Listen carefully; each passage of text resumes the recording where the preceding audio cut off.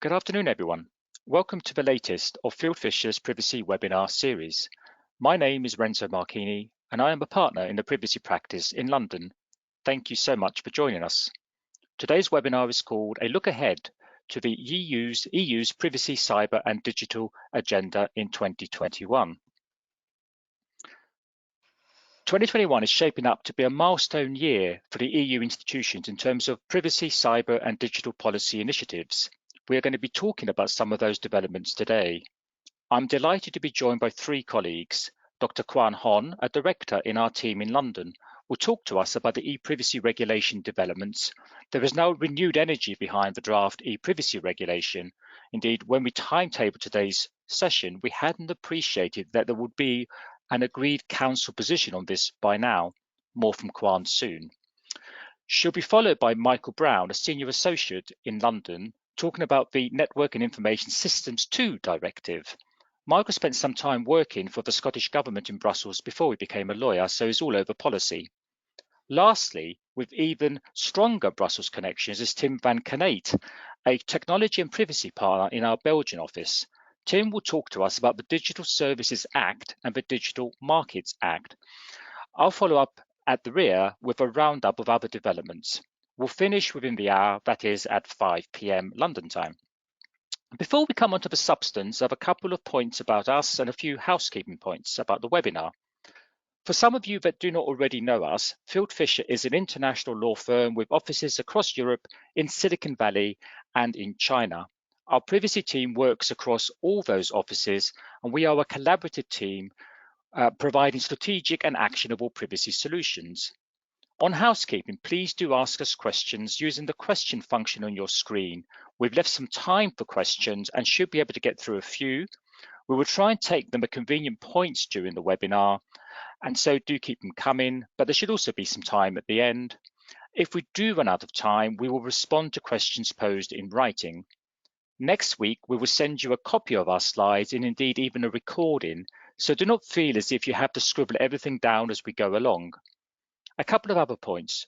Do please subscribe to our blog, which has a regular set of posts on topical issues, and do keep an eye out also for more of our webinars over the coming weeks and months. With no further ado, I'll hand over to Kwan. Thanks very much, Renzo.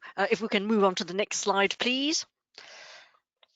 Given that this has been going on for a while, I thought it'd be useful to start with a recap on the context regarding the EPrivacy Directive and some other developments that have affected it since the EPrivacy Regulation was first proposed. Next slide, please.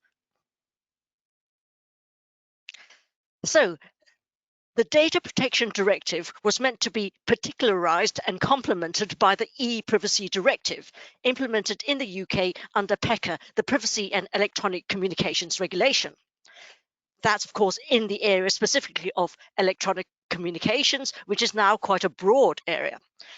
When the Data Protection Directive was updated to the GDPR, it was intended that the EPrivacy Directive would also be updated to the proposed EPrivacy Regulation to particularise and complement the GDPR in the area of electronic communications. But of course, that hasn't happened yet. Next slide, please. Just by way of recap, these are the main areas that the EPrivacy Directive covers. I'm not going to talk about directories or calling line identification. So the main one, of course, is confidentiality of electronic communications, protecting that against interception, protecting even legal persons like companies, not just individuals, with special rules regarding traffic data and location data. And this, of course, bites mainly on telecommunications companies, the telcos, providing electronic communication services and electronic communication networks.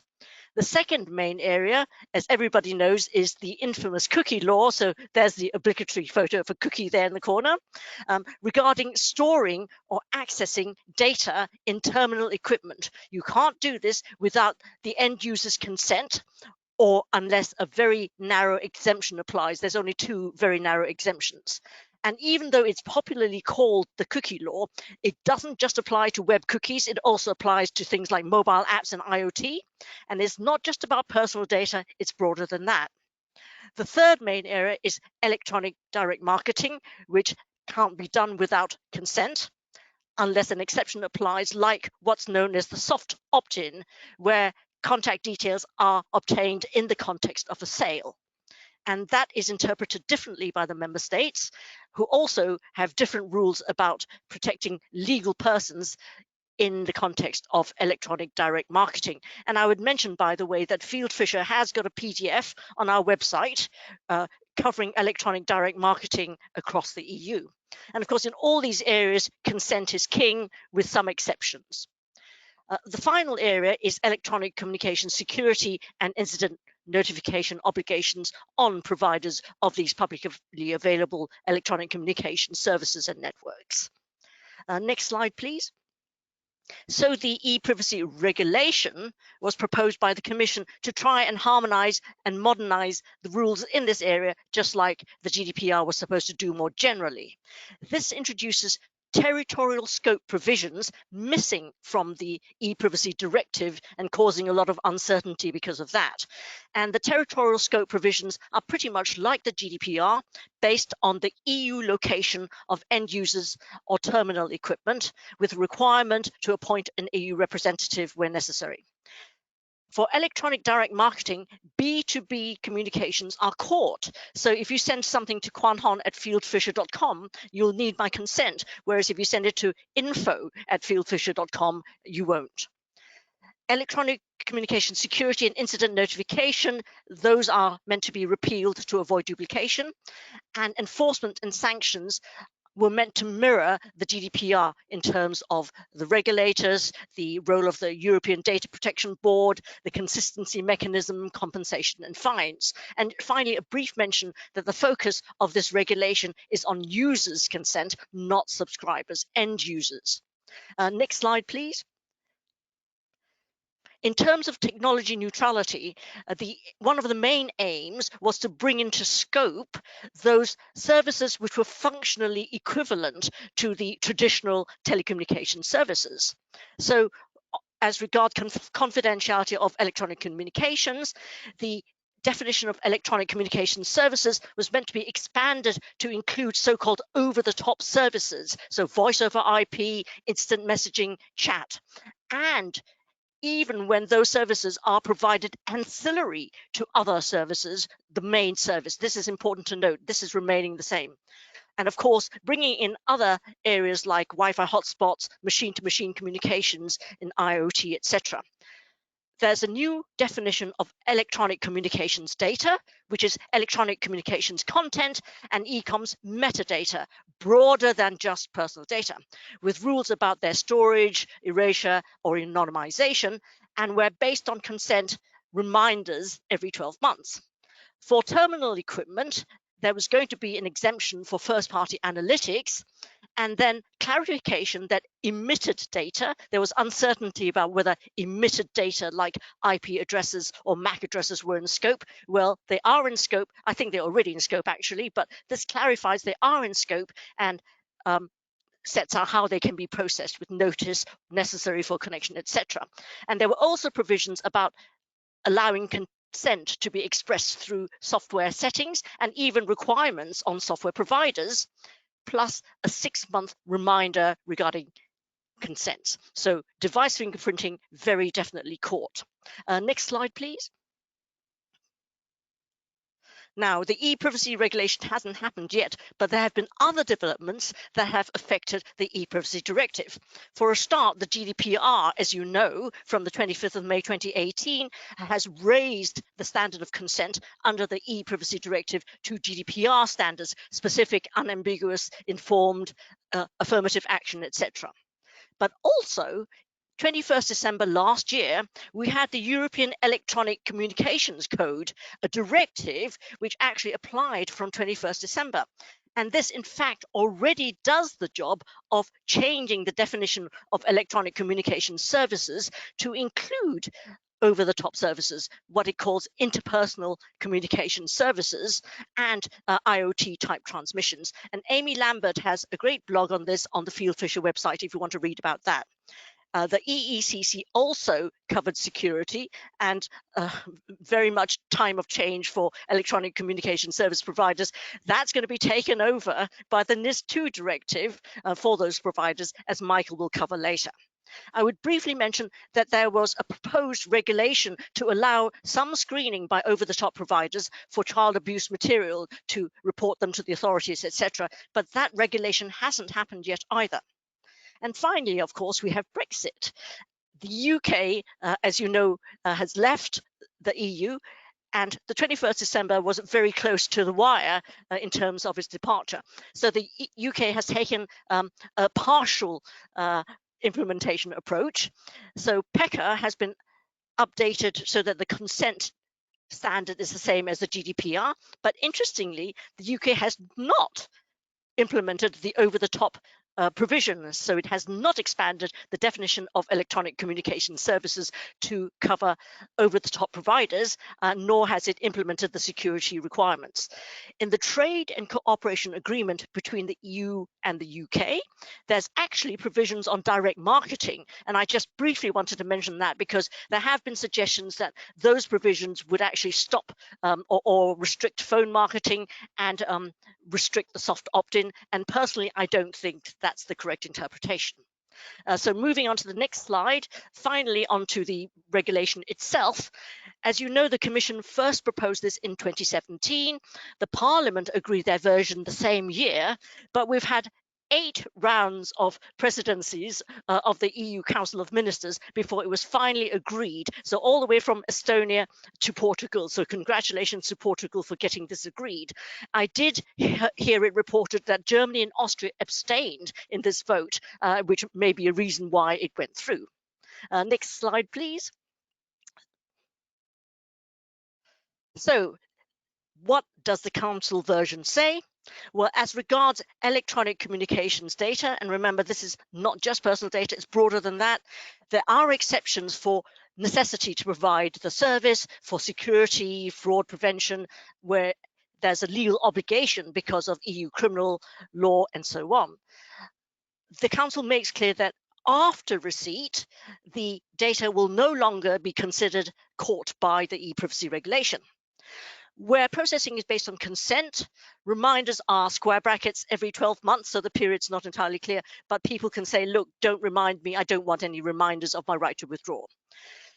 The narrowest restrictions or the tightest restrictions are on electronic communications content, for example, where the user has requested the service, consents, and it doesn't infringe others' rights, or where both ends of the communication consent to the use of that data for specific purposes, and a data protection impact assessment has been conducted.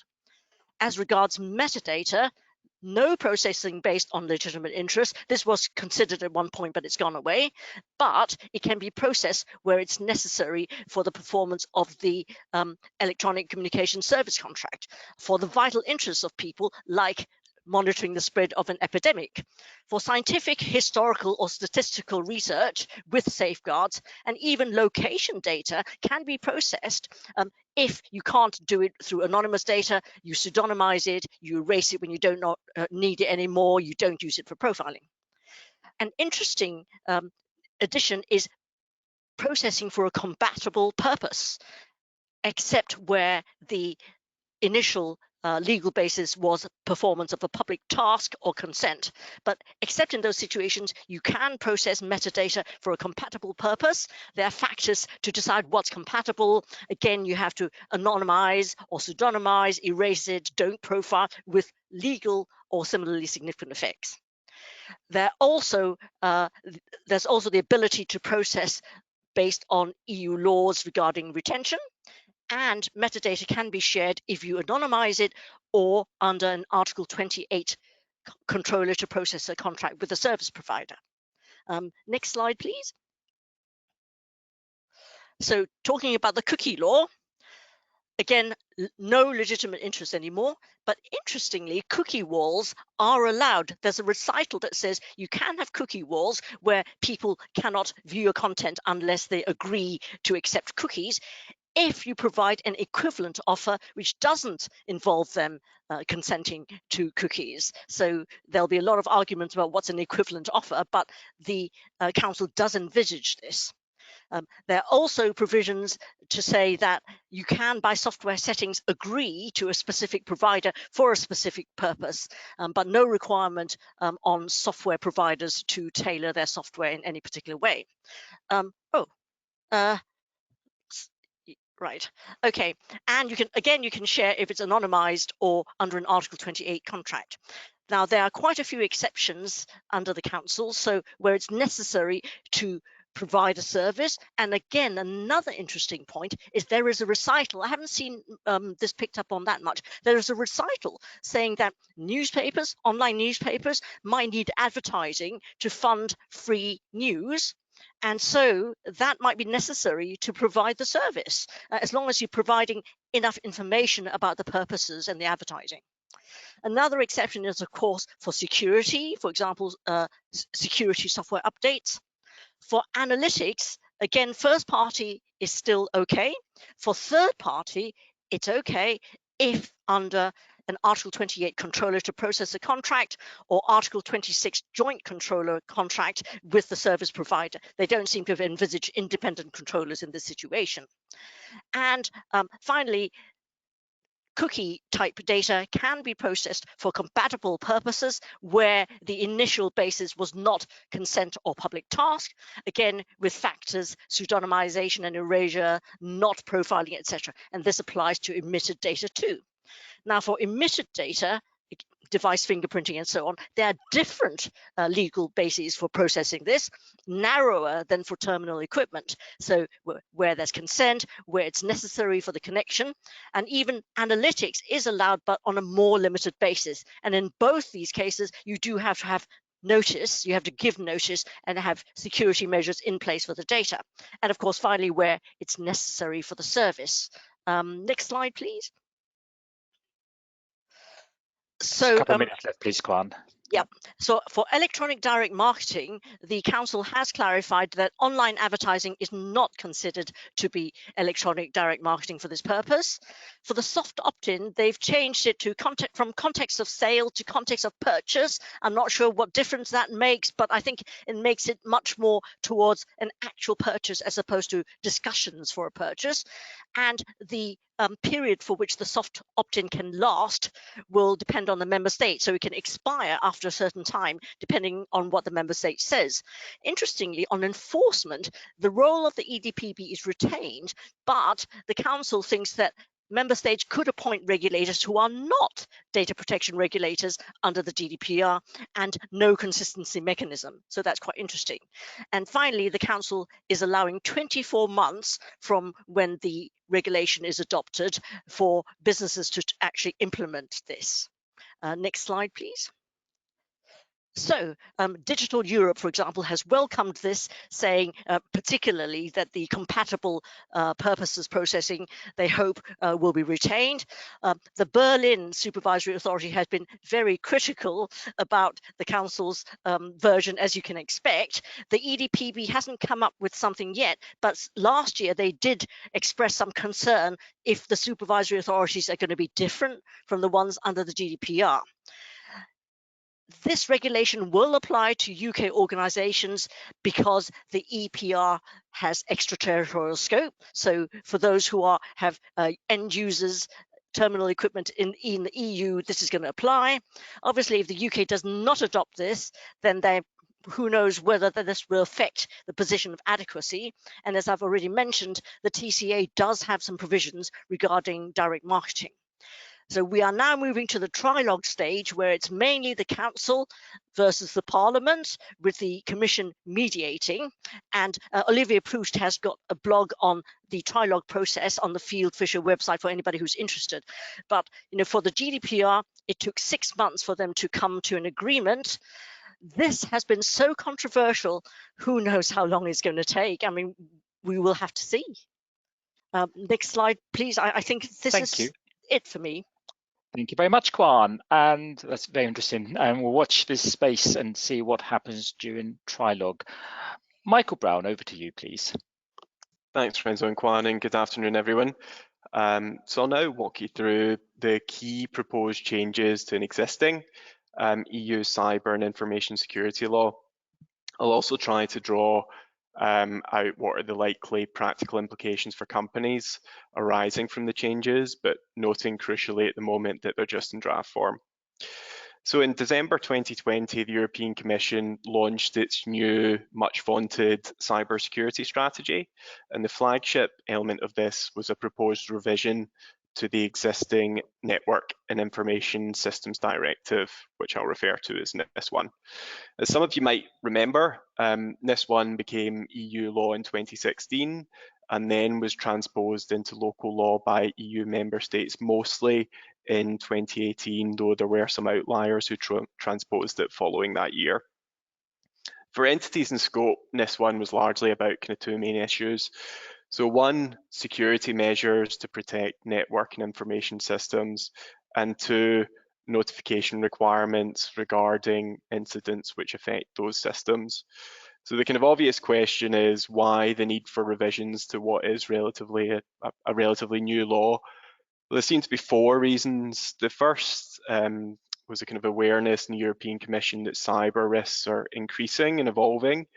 Second, there apparently remains fairly inconsistent levels of cyber resilience across the EU member states. Third, a digitization of the economy, which has been kind of accelerated due to COVID.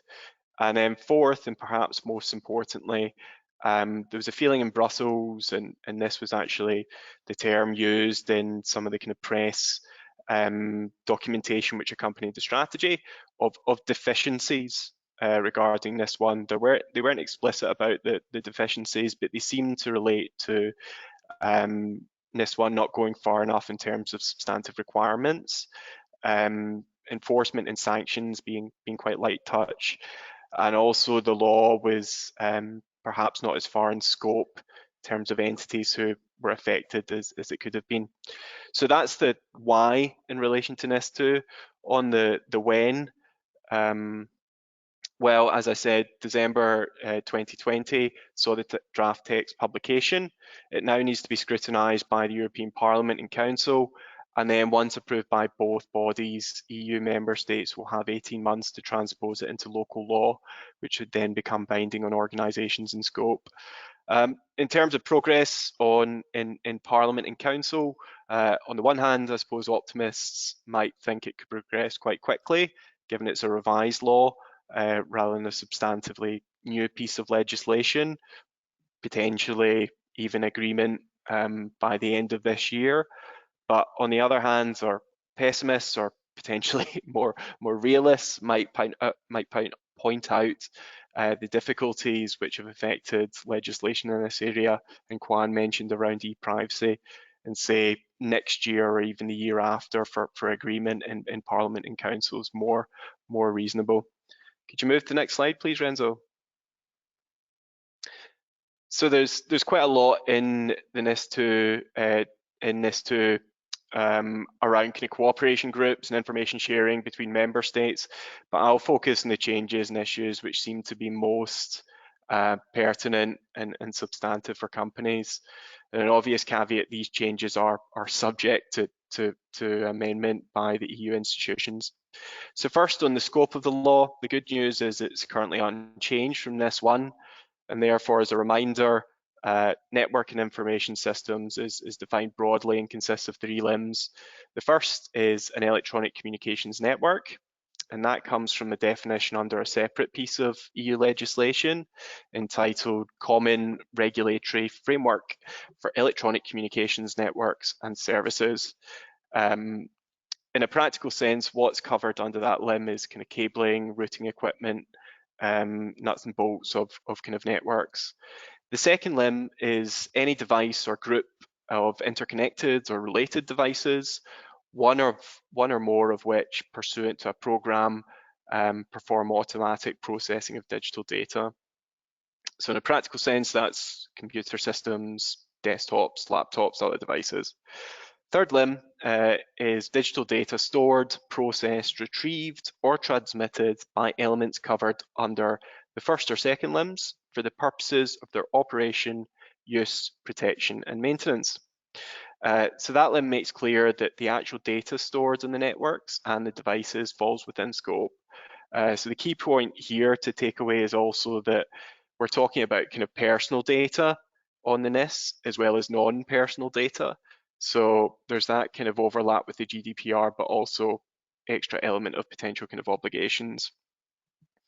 And it's a broad definition and purpose to ensure that legal protections kind of apply right along the chain, so that certain networks or devices or data aren't out of scope and then potentially reveal a weakness which can be used to expose security problems.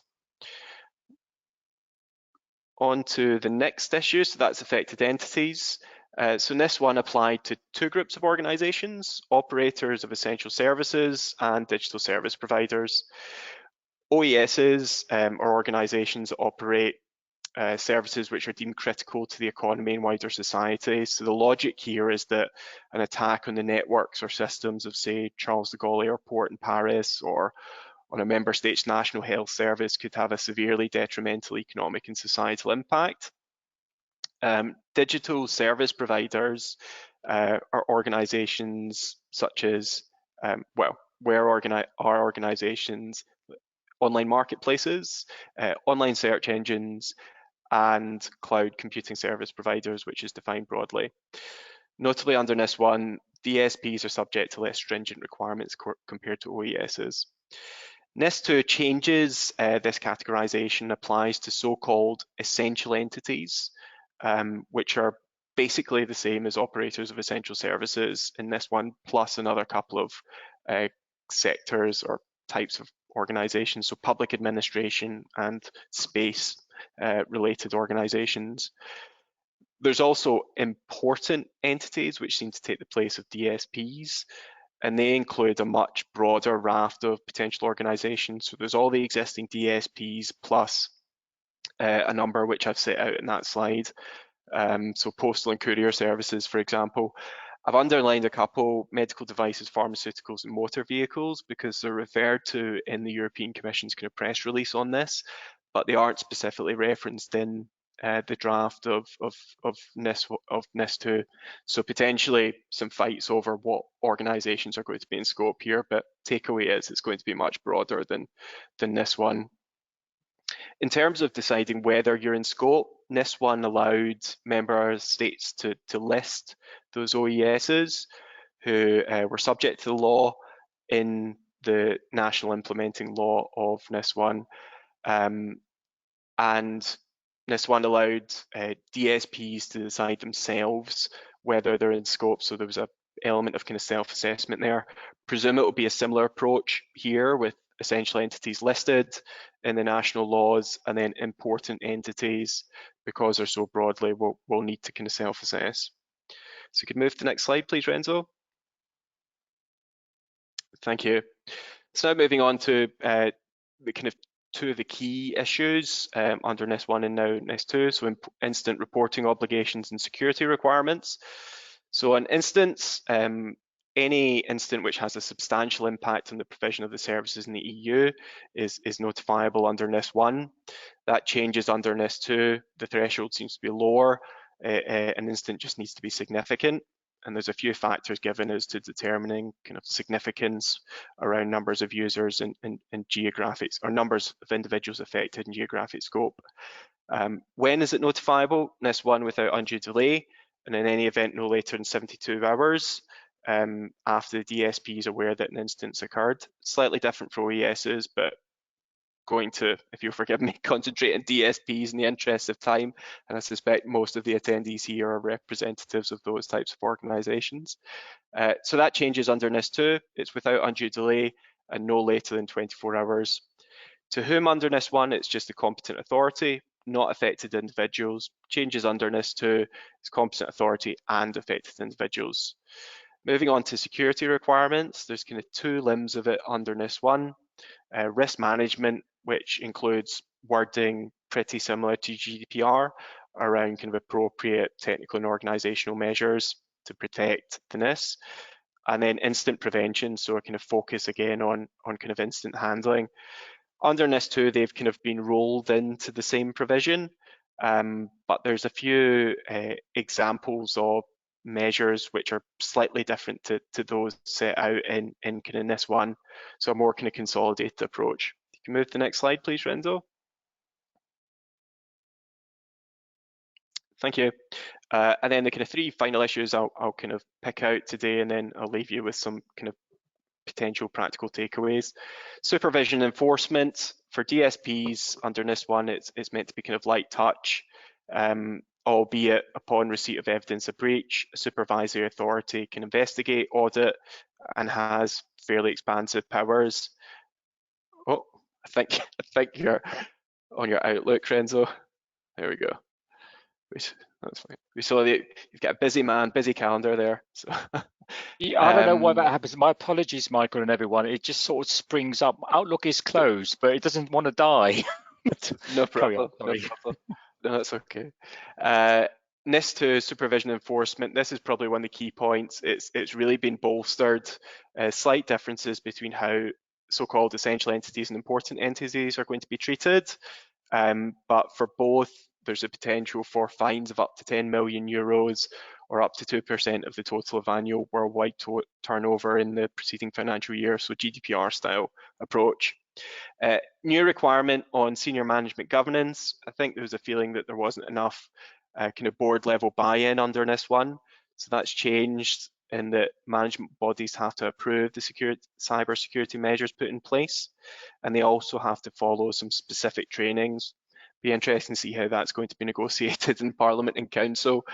And then finally, kind of accountability requirement, registration under NIS I. There wasn't a strict requirement to register, but there are some member states implemented into their local laws registration obligations, including the UK.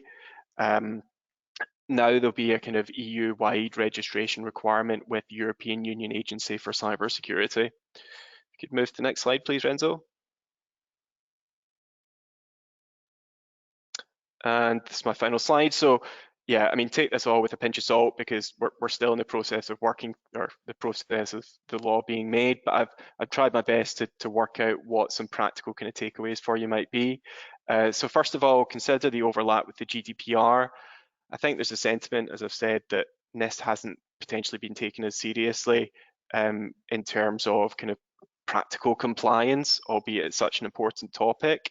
So when working on kind of GDPR policies, they kind of dovetail, and I think going forward it will be, or NIS II might be a more substantive kind of toothy piece of legislation. Second, applicable law and jurisdiction. Under NIS I, the entity must comply with the implementing law and jurisdiction of the EU member state in which it has its main establishment. So that's where you typically have your kind of main office, head office. If you're not established in the EU, you can choose your jurisdiction based on where you provide the digital services, and there's factors around that. Next one is registration with ENISA, which I've touched upon. Subsequent one is appointment of a representative. So that's where you don't have an EU presence, but note that's different to the GDPR concept of representative. So here a representative can be an organisation rather than an individual.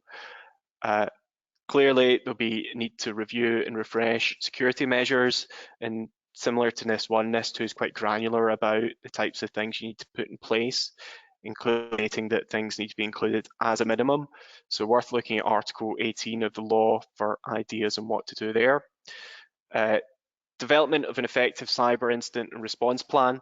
So there's more close harmonization of notification requirements in the GDPR and NIS, but feasibly you might have an incident which is notifiable to the regulator for GDPR purposes, but not for NIS, and vice versa. So ensuring that's factored into your plans is key. Second last one, so just the training of senior management's a new piece, and if it remains in the final version, will need to be considered. And then, as ever, there'll likely be some kind of contractual related negotiations around this. I mean, we're definitely seeing in our practice a bit more savviness from kind of customers, particularly institutional ones who are considered operators of essential services, around incorporating NIS-related requirements into their contracts. And so expect this will increase as NIS I beds in and NIS II sees the light of day. So with that, I'll conclude and hand over to Tim. Thank you, Mark. Over to you, Tim. Thank you, and hello, everyone. So DSA and DMA, if we can go to the next slide, please, Renzo. I assume that most of you will have heard that end of December, the European Commission published 2 legislative proposals, which will fundamentally impact online services and platforms. The Digital Services Act and the Digital Markets Act, previously referred to as the Digital Services Act package. Now, those 2 proposals are part of the EU's wider digital strategy, and it aims at making the EU fit for the digital age. So what are they about? If we go to the next slide, I will try to sum it up. First of all, we're talking about 2 proposals for a regulation, so not directives, which means that in principle we will see full harmonization across the EU. And so the first limb of this package is the DSA, which will reform the e-commerce directive. And I use the verb reform on purpose because the DSA will not repeal the e-commerce directive as such. Instead, it will complement it by updating or adding obligations for online businesses. And so the main focus of the DSA will be on consumer protection. And then next to that, you have the DMA, which is a proposed regulation that will create a series of obligations for so-called gatekeepers. Basically, to simplify it, very large online platforms. And here, the objective is really to ensure that there is fair competition in those situations where actually the current rules on abuse of dominance are not necessarily the most suited. So DMA is really a competition tool, if you like. So let's start with the DSA on the next slide, please. So in terms of scope, it's quite similar to the e-commerce directive in terms that its material scope, it applies to providers of intermediary services. So think internet service providers, messaging services, social media, and the like. Comparison tools could be in scope as well. So that is all quite similar and familiar. However, the territorial scope would change drastically. The Commission proposes to bring a substantial extension of the territorial scope. Today, the e-commerce directive only applies to providers that are established in the EU.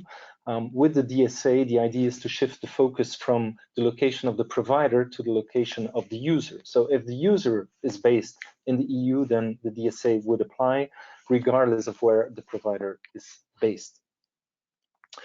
If we can have the next slide then, please, which is about the liability exemption. So this is one of those elements where the Commission is proposing to remove a part from the e-commerce directive and to bring it under the hat of the DSA. So the existing liability exemptions would come and fall under the DSA.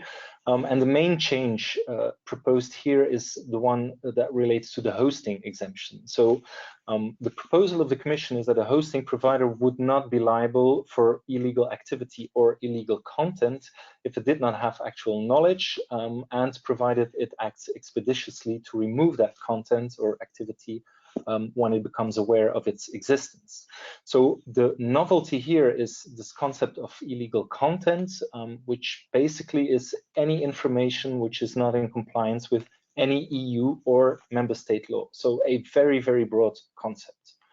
Now, what is currently not part of this definition is something which is actually a quite contentious topic, which is the concept of harmful content. So harmful content is something which is in itself not illegal, but considered to be harmful to society or to individuals. And so this is the question whether or not a hosting provider should act when they are aware of fake news or online abuse on their platforms. And so it's interesting that both the European Commission and the European Parliament have taken the view that those providers should not act in those circumstances. But obviously, we have seen the recent events in the US, and fake news is high on the agenda. So it's quite clear, in my view, that the debate on the topic around harmful content is not closed yet. Now, one of the other major changes proposed with regard to the hosting exemption is the fact that online platforms would no longer be able to benefit from this exemption if they create the perception in the eyes of the user that the user is contracting with them rather than with the user that is operating on the online platform. So a lot of marketplaces will need to be particularly attentive to that and avoid creating this perception if they want to benefit, continue to benefit from the exemption. And then monitoring with regard to that under the e-commerce directive and also under the DSA, there would not be an obligation to conduct proactive monitoring for those online services. So they don't need to proactively try to identify illegal content. But what is very much welcome is the fact that those hosting providers will continue to benefit from the protection of this exemption, even if they take proactive measures. That was something that has been debated for many years in the EU and which the DSA now clarifies. So a helpful clarification there. And that brings me on the next slide to probably the major innovation of the DSA, which is a series of obligations that are imposed on online businesses. And the nature or the type of obligation depends on the role that they play. So first, the first layer is a series of obligations that apply to all intermediary service providers. For instance, the obligation to establish a single point of contact to interact with authorities. And just like it is the case with NIS II and GDPR, if they're not based in the EU, they will need a legal representative in the EU. Now, the next level, hosting providers, that's a subset of intermediary service providers. They will have to implement the already existing but now harmonized notice and action mechanism. And I think the interesting innovation there is the fact that they would have to be transparent about their notice and action measures that they're taking. So whenever they take down certain illegal content, they would need to notify the individual concerned, but also they would need to publish aggregate reports of the actions that they have taken. And then if we narrow it further down, we get to the online platforms. So that's the next layer. And the online platforms will have to implement measures that aim to better protect consumers. Think of a complaint handling mechanism, dispute resolution mechanisms, etc.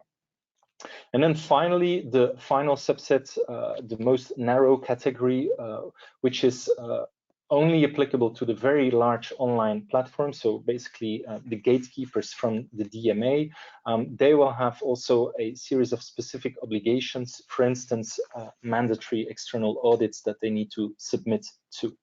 So a lot of new obligations for them, and obviously you want to be able to enforce them if you are the EU. So if we go to the next slide, you will see that in terms of enforcement, the Commission proposes to adopt virtually the same route that it has taken for the GDPR. So think on-site inspections, hefty fines, even higher than GDPR, up to 6% of turnover. So quite similar there. One interesting divergence in my view is who would be allowed to enforce, because there it's not the one-stop shop that we know from the GDPR, but a combination of national enforcement, but with the possibility for the European Commission to enforce in case of very large online platforms. So that is a noteworthy distinction there. All right, so if we then move to the Digital Market Act on the next slide, as I mentioned, the objective there is to ensure that market entrants, but also competitors are not subject to unfair competition when dealing with these very large platforms, those gatekeepers. And so the issue is that the current rules, the current competition rules, don't necessarily provide the protection that we need, because there is not necessarily always an issue of dominance competition-wise. And so in terms of scope, on the next slide, the scope is much narrower than the scope of the DSA, because it only applies to those gatekeepers, which more or less are the equivalent of the very large online platforms of the DSA. So it are online platforms that have a significant impact on the internal market, operate a core platform services, and enjoy an entrenched and durable position. And there is a presumption that platforms that meet those criteria are gatekeepers, but the Commission could also specifically designate certain platforms as being a gatekeeper. And so if we then go to the next slide, what does the DMA bring in terms of innovation, new rules? Well, it's really the so-called ex-ante tool. So a series of do's and don'ts for gatekeepers. Some of those obligations aim to cover quite specific scenarios. Think of the prohibition of self-preferencing. So you're not allowed to rank your own services as a platform higher than those of a trader that is offering similar services on your platform. That is, we can all think of which online businesses might do that. But if you look at it from the perspective of a data lawyer, I think there's a number of interesting obligations or prohibitions in relation to how personal data is being processed. For instance, the prohibition to combine personal data collected from several services without consent from the user. So think about the WhatsApp, Facebook situation. Well, this would clearly be prohibited under the DSA.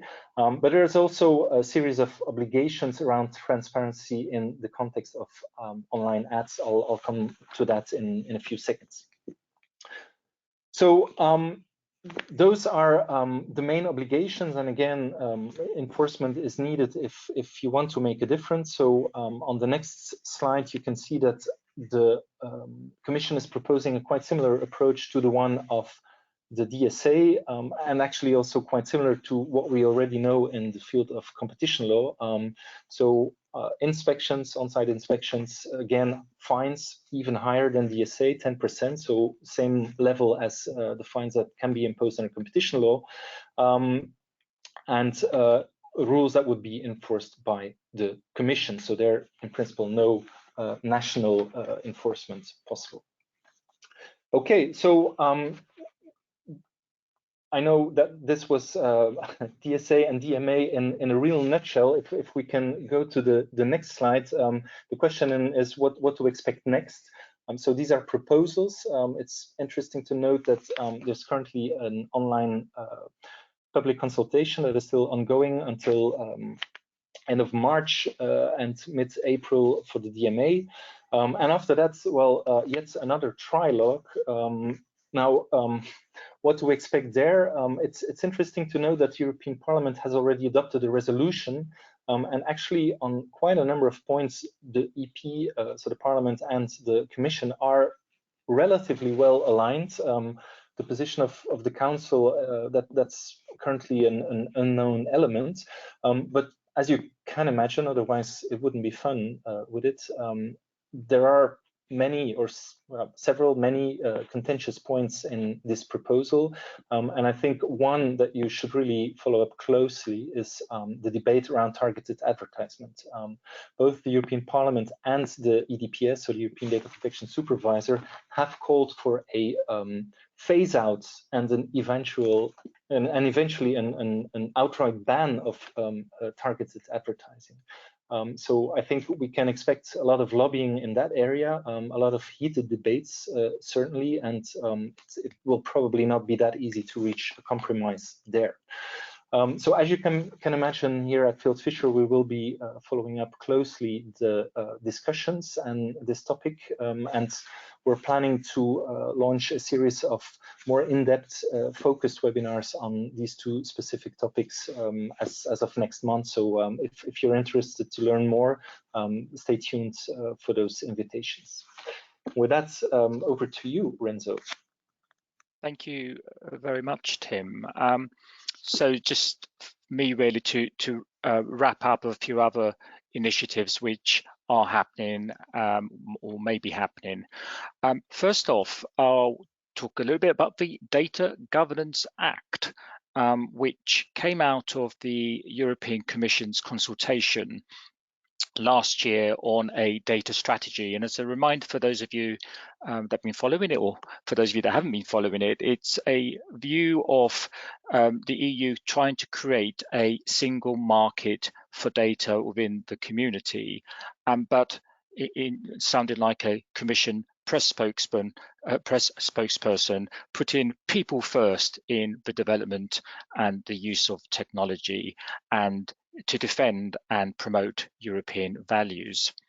So the aim of the Act is to facilitate data sharing across the EU and between different sectors, and in particular in B2B and B2Government, business to government sharing. And this is not just personal data, but it does include personal data. It's any data. In particular, it's drawn out health and environmental data. The whole idea is to use data and allow a European regime for sharing of data for the public good, for research. And therefore, you've got this concept which appears in the Act of data altruism, hence the Saint and Simon Templar. Those of you of a certain generation may remember the books of the TV show. So a few main prongs here. First of all is the idea that reuse of data by public authorities should be permitted, and there might be some restrictions on the reuse of data, such as confidentiality, such as IP, such as data protection, and a way in the end to circumvent these restrictions in existing silos of data. Now, public authorities aren't going to be obliged to make their data available for the public good, but if they do so, they mustn't allow exclusive licenses in relation to it. And ideas of competition will come in here. Any licenses must be non-discriminatory, must be proportionate, must be objectively justified, and must not restrict competition. There's also a new concept of what's going to be called a data sharing intermediary.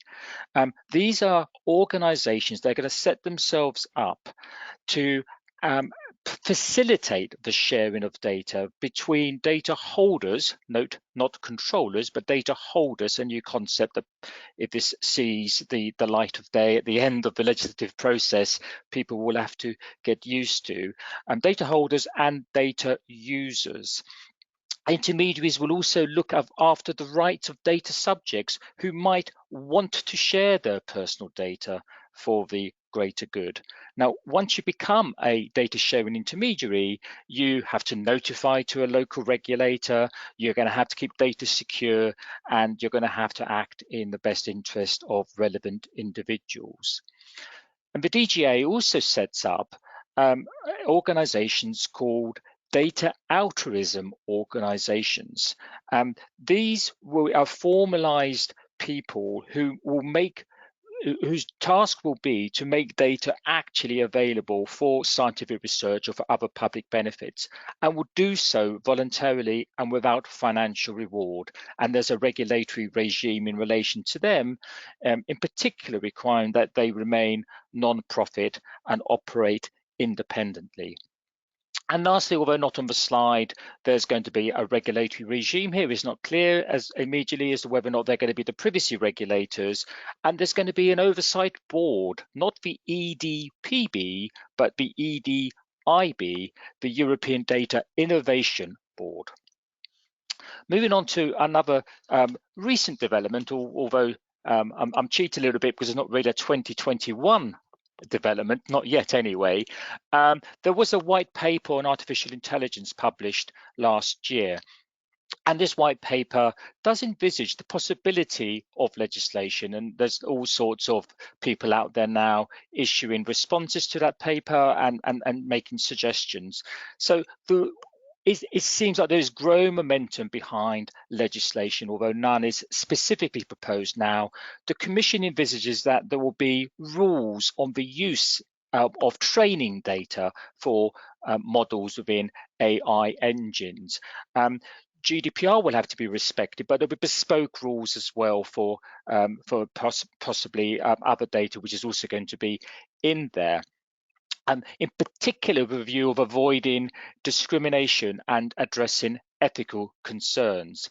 There's going to be record-keeping requirements. There's going to be transparency requirements in there. There's going to be quality assurance requirements. Is the AI robust?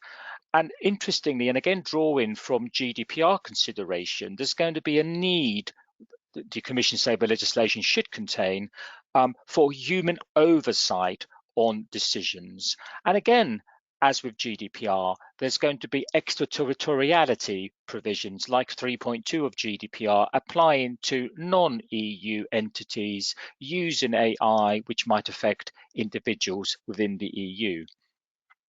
And lastly, and cheating a little bit, but not so much, is the whistleblowing directive from 2019, which comes into force in member states in 2021. So this sort of mirrors the sort of regulatory regime that we've had for a while, but widens it and actually puts it into a more harmonious position. The directive, when it's actually translated into national law, will provide for process procedures and protection for covered whistleblowing notifications to the entity. Importantly, it goes much wider in terms of what's protected than the old regulatory view that it should only be the Sarbanes-Oxley type of information, such as accounting, audit, or financial crime issues. It's going to cover whistleblowing in relation to public procurement, transport safety, health and safety, food, consumer protection, and indeed whistleblowing in relation to data protection. So a whistle-stop tour of just a few other developments, and I'm sure there's more that we haven't covered. We have 3 minutes left, so I'm going to quickly turn to a question or two. Michael, one for you, please. Can you please answer this question, whether the NIS II directive will apply in the UK? Thanks, Renzo. So my understanding is it won't apply in the UK. So it was proposed by European Commission in December of last year. The UK is obviously now no longer a member of the EU, and so won't be part of the kind of policy making process around kind of NIS II. Interestingly, in relation to NIS I, it was one of the member states who implemented its own regulations around it that most quickly. So it seemed to be quite a strong advocate of NIS and query whether it might decide to kind of update it of its own volition, but it won't. My understanding is it won't be part of kind of NIS II. Thank you, Michael. One for Tim, please. Actually, just to clarify the status. Oh, it disappeared. I can't ask you. I think that the person who asked the question might have deleted it. I think the question was about the state. You answered it by text.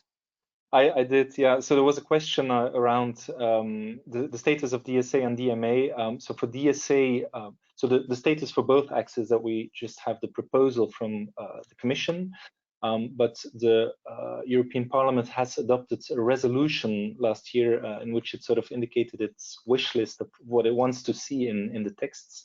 So we already know what it will be asking for or challenging. And as far as the Council is concerned, it's currently adopting, discussing its position. Great, thank you very much. Actually, we're pretty much on the hour, so I'll just close it there and thank all everyone of you for joining. I trust it was helpful and gives you some answers to the question that was no doubt at the forefront of your mind: what's happening in the legislative field in Brussels in 2021? We'll send slides and a link to recording very soon. We try and deliver a webinar every month or so, sometimes a little more often, sometimes a little less so. Our next webinar in the London series, I know Tim's got a DMA DSA one as well, so please drop us a line if you want to register for that. But the next one in the London series will be led by Phil Lee and Leonie Power on the 18th of March on data protection issues in AI. So thank you very much, everyone. Thank you. Bye. Bye. Thanks, everyone.